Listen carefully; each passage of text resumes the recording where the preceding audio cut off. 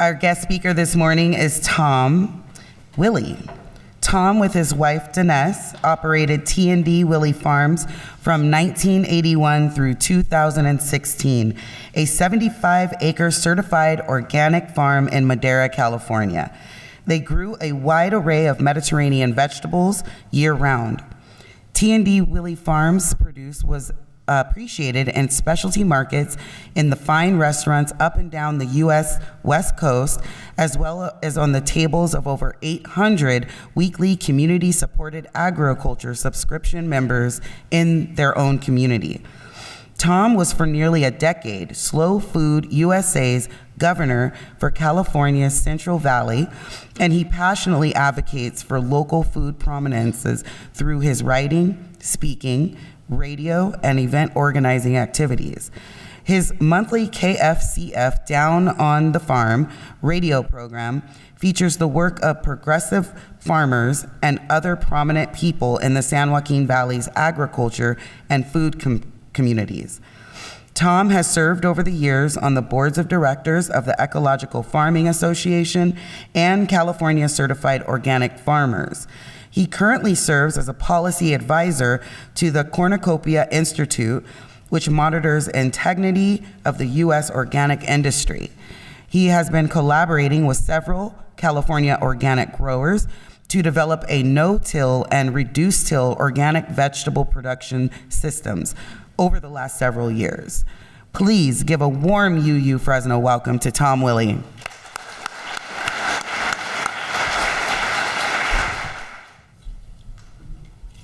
Good morning, everyone. Thanks for the invitation to address you again. Happens every 9 years. It's like a novena.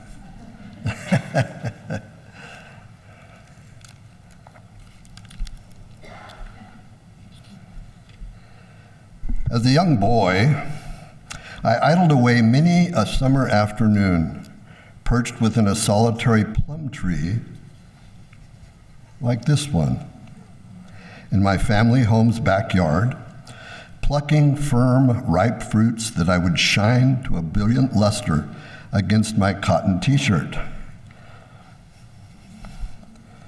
I'd imagine each orb depicted all the starry constellations in the universe before plunging teeth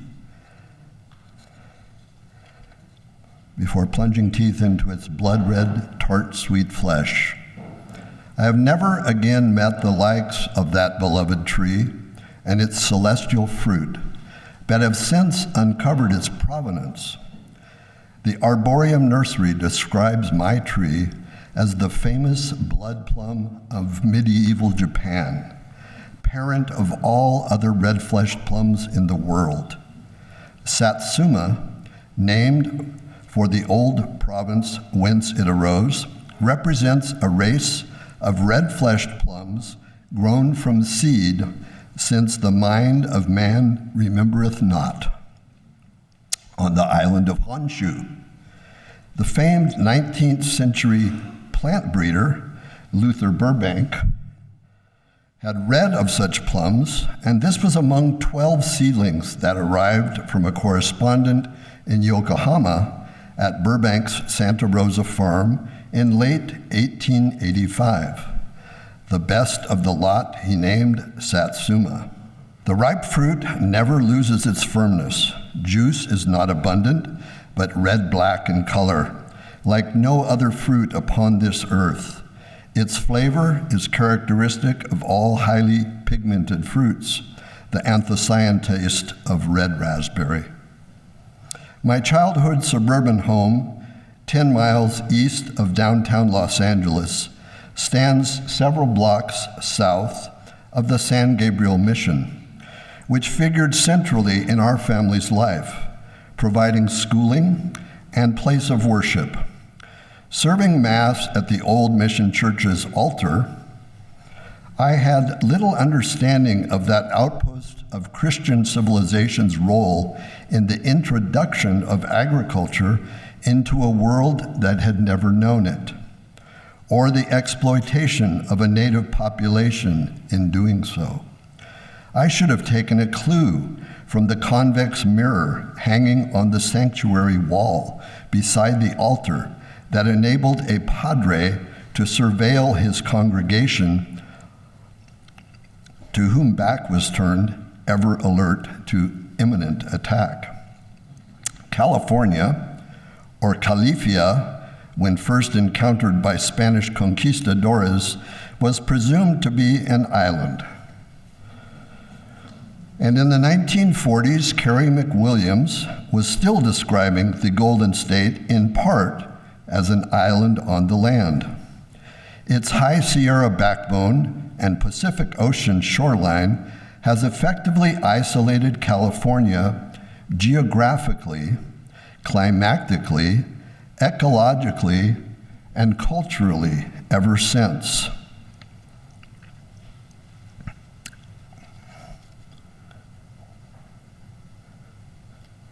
Culturally over eons. Though California was settled by humans some 13,000 years ago, it remained the only significant region on both North and South American continents where agriculture was not dominant at the time of Columbus's landing.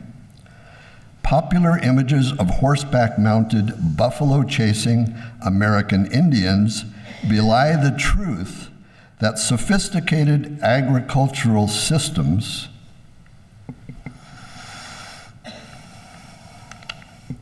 undergirded the existence of as many as 100 million indigenous people on 2 continents at the time of Europeans' first arrival.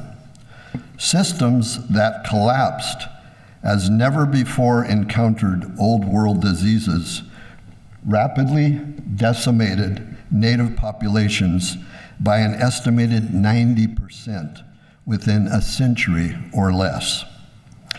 Uniquely, native Californians had found no need to plant seeds. Over 13,000 years preceding Spanish colonization, their island on the land's mild climate and diverse geography generously provided ample plant and animal sustenance for 300,000 souls, without resort to laborious farming or herding. For better or worse, my San Gabriel mission, established in 1771, served as the epicenter of cultivation and domesticated species introduction, earning the moniker Mother of California Agriculture. For its vast land holdings, production of more wheat than any other mission, as well as barley, corn, beans, peas, lentils, numerous fruits, and vineyards. The Padres' livestock herd numbered over 20,000 head. Of course, as a 10-year-old in 1958, all mission agriculture had been long swept away, replaced by the suburban tracts in which my family and some 2 million plus modern Angelinos enjoyed the post-war good life.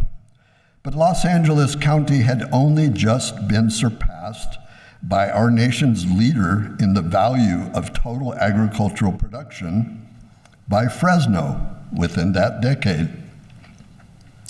Leaving urban California behind, I struck out for the San Joaquin Valley in 1974, lured by the boast that its 5 million irrigated acres constitute the most productive agricultural real estate on this planet. And I've never been disappointed in that boast. One of planet Earth's few geographical features, clearly visible from outer space, is California's Great Central Valley, our home. 8 times longer than its 50-mile width, about the size of England. The valley's 15 million acres appear so level that one could imagine it brimming with water instead of soil.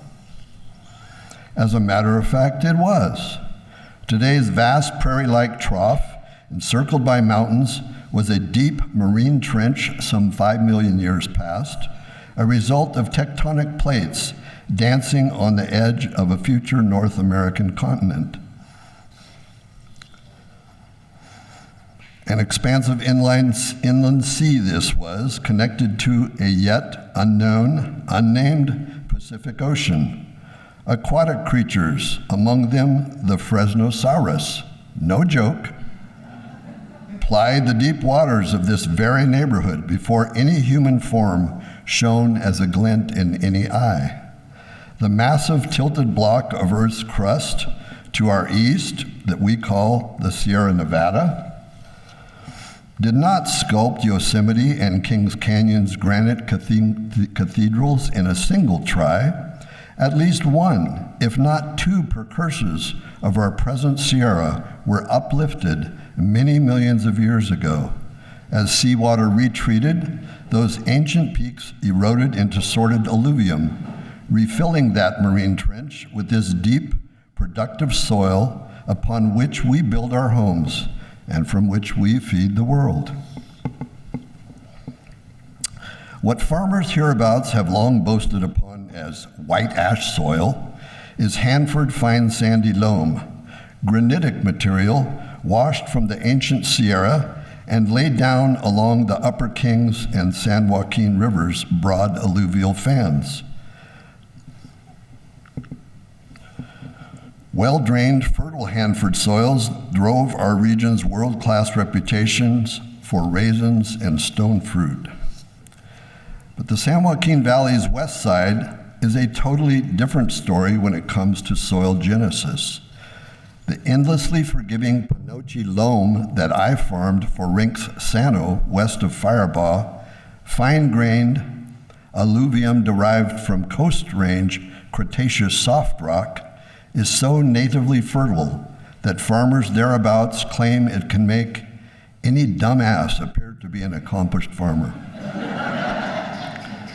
West Side corporate organizational style and scale, the farming that we mostly love to hate, is a devil that must be given its due for an immense productivity.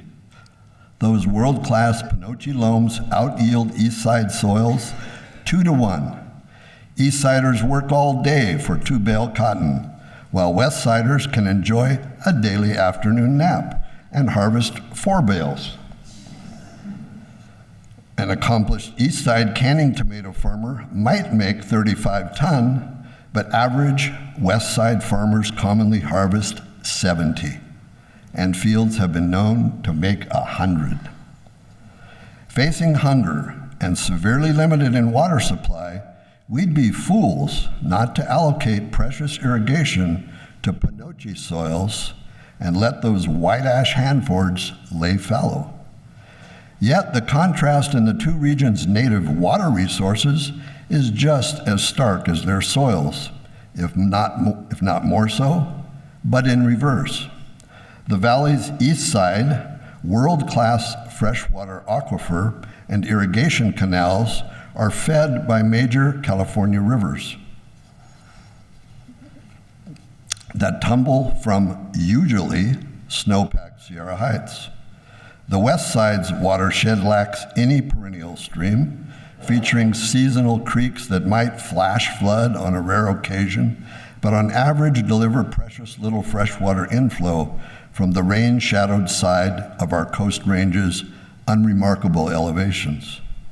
The great east side aquifer is stingy with its west side neighbor, owing to a massive clay plug in the valley's trough that distinctly separates the two groundwater systems.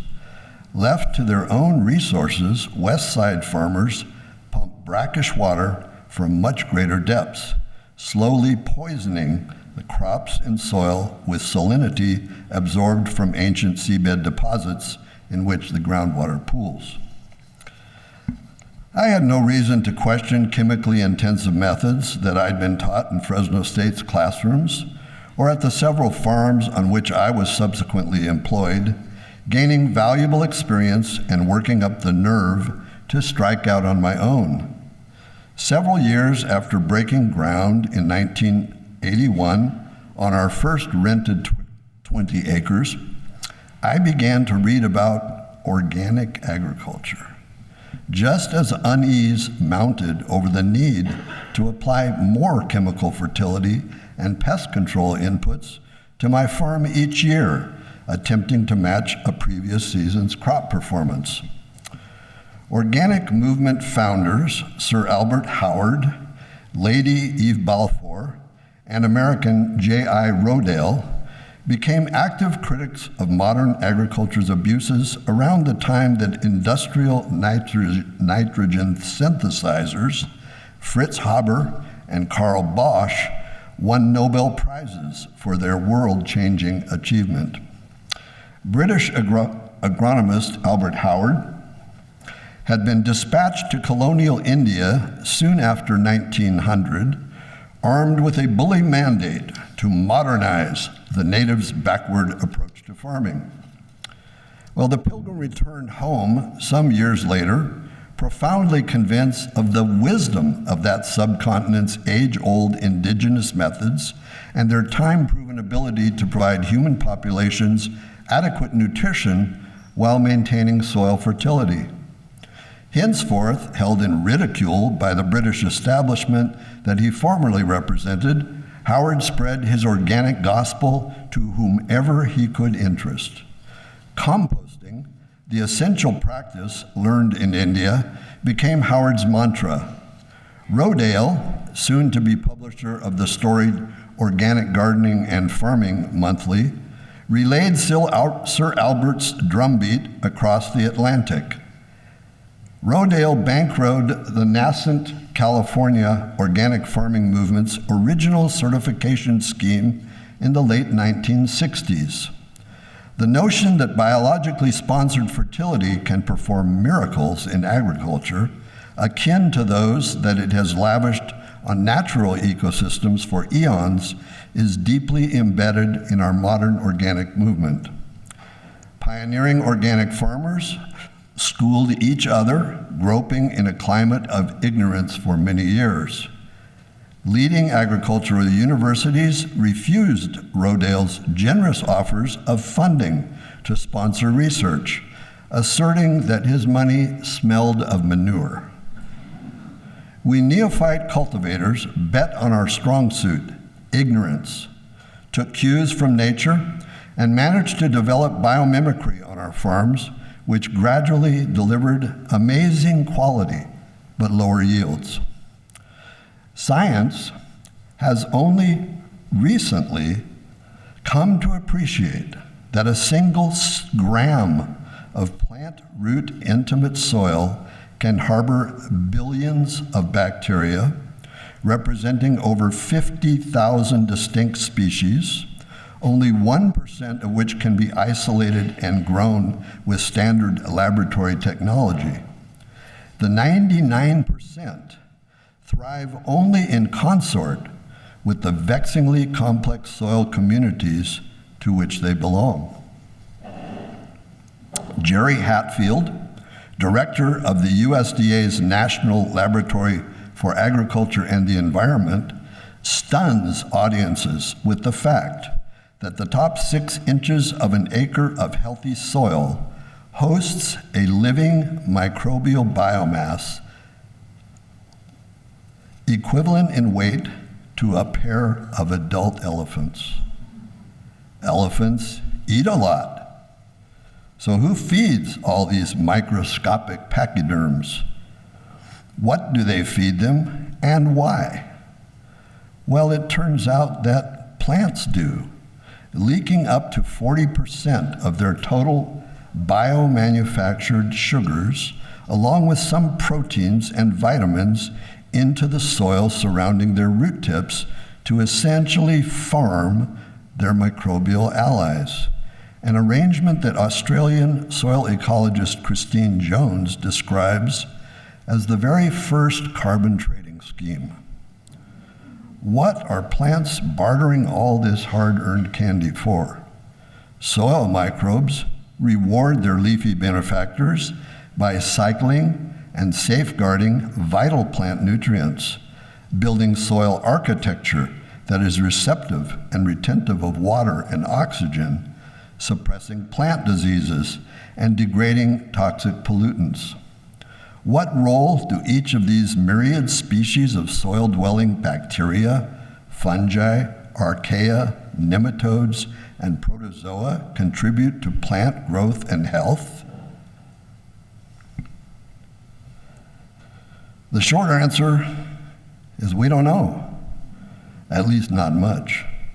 Beyond a few key players, soil scientist Elaine Ingham observed, most are yet to be even classified, but almost all of these countless soil organisms are not only beneficial, but essential to the life-giving properties of soil. Freshly acquired knowledge tempts us to suggest that we've entered the microbiome age, since learning that our own bodies are colonized by near 40 trillion bacterial cells, a number exceeding those that we can claim as our own, making you and I more accurately described as ecosystems than as individuals. Our personal microbial menageries, though less diverse than soils and roots, is equally essential to human health and wellness, the rudimentary appreciation of which is being rapidly incorporated into medical practice. Though we once blind may now see, microbiomes have been about this collaborative business for a very long time. As the late revolutionary evolutionary biologist Lynn Margulis explains, the view of evolution as a chronic, bloody competition among individuals and species dissolves before the new view of continual cooperation, strong interaction, and mutual dependence among life forms. Life did not take over the globe by combat, but by networking. Life forms multiplied and complexified by co-opting others, not just by killing them. So carbon is the currency of exchange within the soil's biological food web. Plant leaves absorb carbon dioxide from the air, water through their roots, and employ the sun's radiant energy to make sugar. This photosynthetic miracle supplies the chemical energy that supplies virtually all life on Earth. Carbon has been getting a bad rap of late, quite undeservedly, though it might be otherwise somewhere else in a boundless universe. Carbon is the latticework of life on this rocky planet.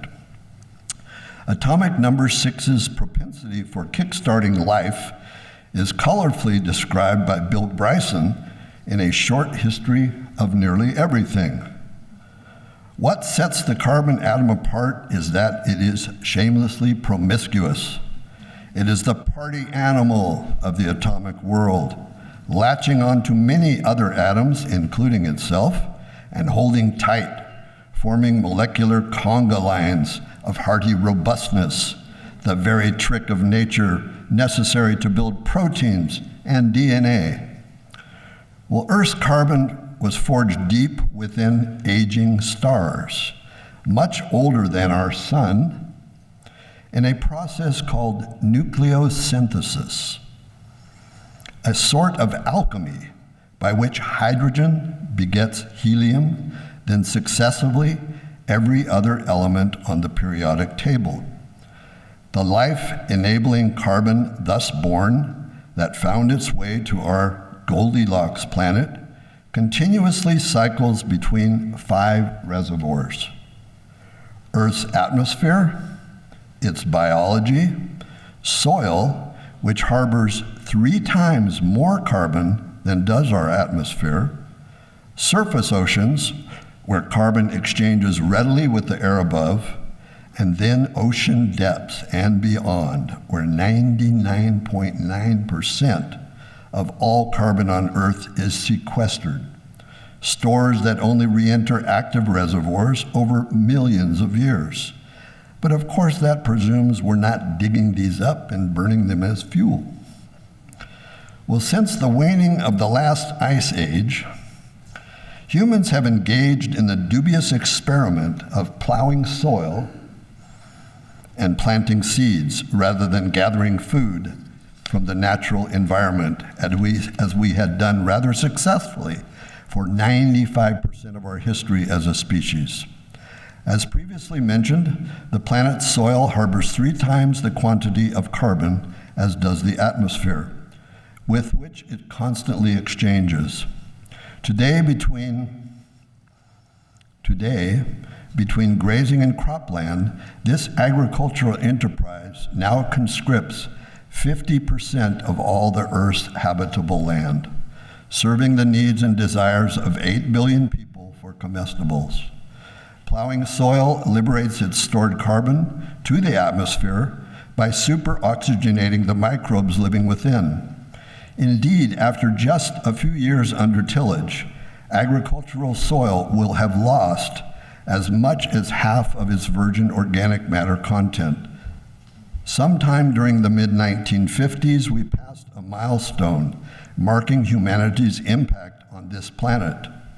Up until that date, more carbon had been released into the atmosphere by plowing soils for agriculture than from burning fossil fuels. Only this century has our International Panel on Climate Change emphasized the significant role that agricultural soils restored to health might play in drawing excess carbon from the atmosphere and safeguarding it where it belongs. An existential challenge faces human beings. Can our species rapidly evolve a non-destructive, permanent agriculture in harmony with the natural systems that support its immense productivity? Well, Paul Harvey often reminded us, humanity, despite its artistic pretensions, its sophistication, and many accomplishments, owes its existence to a 6-inch layer of topsoil and the fact that it rains.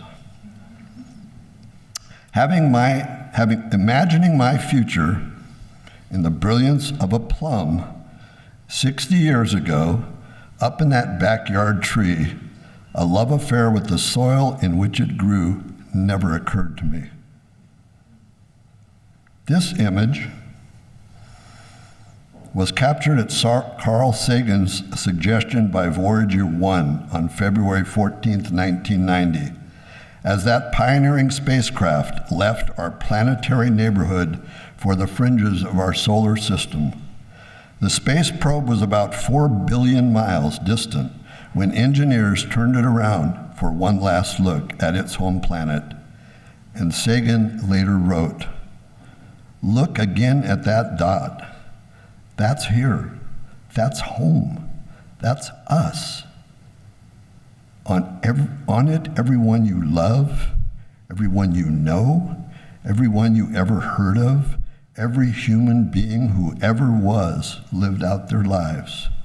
The aggregate of our joy and suffering, thousands of confident religions, ideologies, and economic doctrines, every hunter and forager, every hero and coward, every creator and destroyer of civilization, every king and peasant, every young couple in love, every mother and father, hopeful child, inventor and explorer, every teacher of morals, every corrupt politician, every superstar, every supreme leader, every saint and sinner in the history of our species live there on a mote of dust, suspended in a sunbeam.